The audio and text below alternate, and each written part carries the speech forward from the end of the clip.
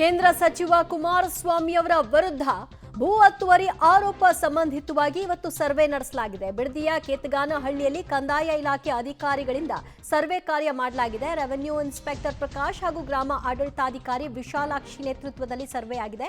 35ಕ್ಕೂ ಹೆಚ್ಚು ಸರ್ವೆ ನಂಬರ್ಗಳನ್ನು ಪರಿಶೀಲಿಸಿದ್ದಾರೆ. 110 ಎಕರೆಗೂ ಹೆಚ್ಚಿನ ಜಮೀನು ಸರ್ವೆ ಮಾಡಿದ್ದಾರೆ ಅಧಿಕಾರಿಗಳು.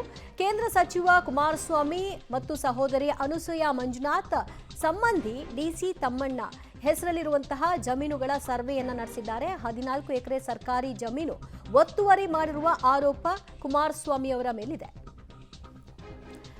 ಮತ್ತಷ್ಟು ಮಾಹಿತಿ ಪಡೆಯೋಣ ನಮ್ಮ ಪ್ರತಿನಿಧಿ ವಿನಯರಿಂದ. ವಿನಯ್, ಎಲ್ಲೆಲ್ಲಿ ಈ ಒಂದು ಸರ್ವೆ ಕಾರ್ಯ ಆಗಿದೆ? ಒಟ್ಟು 3 ಹೆಸರಲ್ಲಿರುವಂತಹ ಜಮೀನ ಅಥವಾ 3 ಅಟ್ಯಾಚ್ಡ್ ಆಗಿರೋ ಜಮೀನ ಹೇಗಿತ್ತು? ದಿವ್ಯ, ಕೇಂದ್ರ ಸಚಿವ ಎಚ್ ಡಿ ಕುಮಾರಸ್ವಾಮಿ ವಿರುದ್ಧ ಭೂ ಒತ್ತುವರಿ ಆರೋಪ ಕೂಡ ಕೇಳಿ ಬಂದಿತ್ತು. ಬಿಡದಿಯ ಕೇತಗಾನಹಳ್ಳಿ ಸಮೀಪ ಸರ್ಕಾರಿ ಭೂಮಿಯನ್ನ ಒತ್ತುವರಿ ಮಾಡಲಾಗಿದೆ ಅಂತ ಸಾಮಾಜಿಕ ಹೋರಾಟಗಾರರು ಕೂಡ ಹೈಕೋರ್ಟ್ ನಲ್ಲಿ ದಾವೆ ಹೂಡಿದ್ರು. ಈ ವಿಚಾರ ಸಾಕಷ್ಟು ಹಿಂದೆಯಿಂದಲೂ ಕೂಡ ಈಗಾಗಲೇ ಚರ್ಚೆ ಮಾಡ್ತಾ ಬರ್ತಾ ಇರುವಂತದ್ದು. ಬಹಳ ಪ್ರಮುಖವಾಗಿ ಕುಮಾರಸ್ವಾಮಿ ಅವರ ಒಂದು ಭೂ ಒತ್ತುವರಿ ಏನಿದೆ ಅದರ ತನಿಖೆಗೆ SIT ಅನ್ನು ಕೂಡ ಸರ್ಕಾರ ರಚನೆ ಮಾಡಲಾಗಿತ್ತು.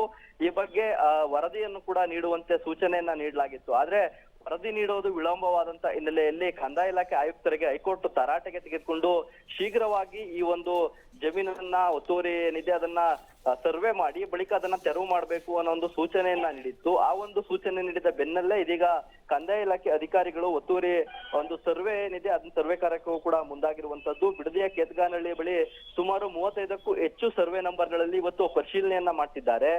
110ಕ್ಕೂ ಹೆಚ್ಚು ಎಕರೆ ಏನ್ ಜಮೀನಿದೆ ಎಲ್ಲವನ್ನು ಕೂಡ ಇವತ್ತು ಸರ್ವೆ ಮಾಡುವಂತ ಕೆಲಸಕ್ಕೂ ಕೂಡ ಮುಂದಾಗಿರುವಂತದ್ದು. ಏನು ರೆವಿನ್ಯೂ ಇನ್ಸ್ಪೆಕ್ಟರ್ ಪ್ರಕಾಶ್ ನೇತೃತ್ವದಲ್ಲಿ ಇವತ್ತು ಸರ್ವೆ ಕಾರ್ಯ ಆರಂಭವಾಗಿದೆ. ಸುಮಾರು 15ಕ್ಕೂ ಹೆಚ್ಚು ಕಂದಾಯ ಇಲಾಖೆ ಸಿಬ್ಬಂದಿಗಳು ಸರ್ವೆ ಕಾರ್ಯವನ್ನ ಮಾಡ್ತಾ ಇರುವಂತದ್ದು.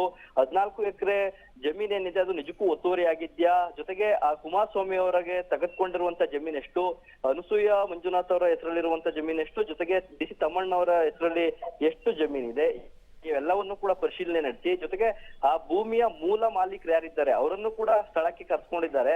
ಅವರು ಎಷ್ಟು ಜಮೀನನ್ನ ಸೇಲ್ ಮಾಡಿದ್ರು ಇವೆಲ್ಲವನ್ನು ಕೂಡ ಪರಿಶೀಲನೆ ನಡೆಸಿ ಬಳಿಕ ಅವರು ಡಿಸಿಗೆ ವರದಿ ನೀಡ್ತಾರೆ. ಡಿಸಿ ಅವರು ಕಂದಾಯ ಇಲಾಖೆ ಆಯುಕ್ತರಿಗೆ ಆ ಒಂದು ವರದಿಯನ್ನ ತಲುಪಿಸ್ತಾರೆ. ಸದ್ಯ ಸರ್ವೆ ಕಾರ್ಯ ಕೂಡ ಇವತ್ತಿನಿಂದ ಆರಂಭವಾಗಿದೆ.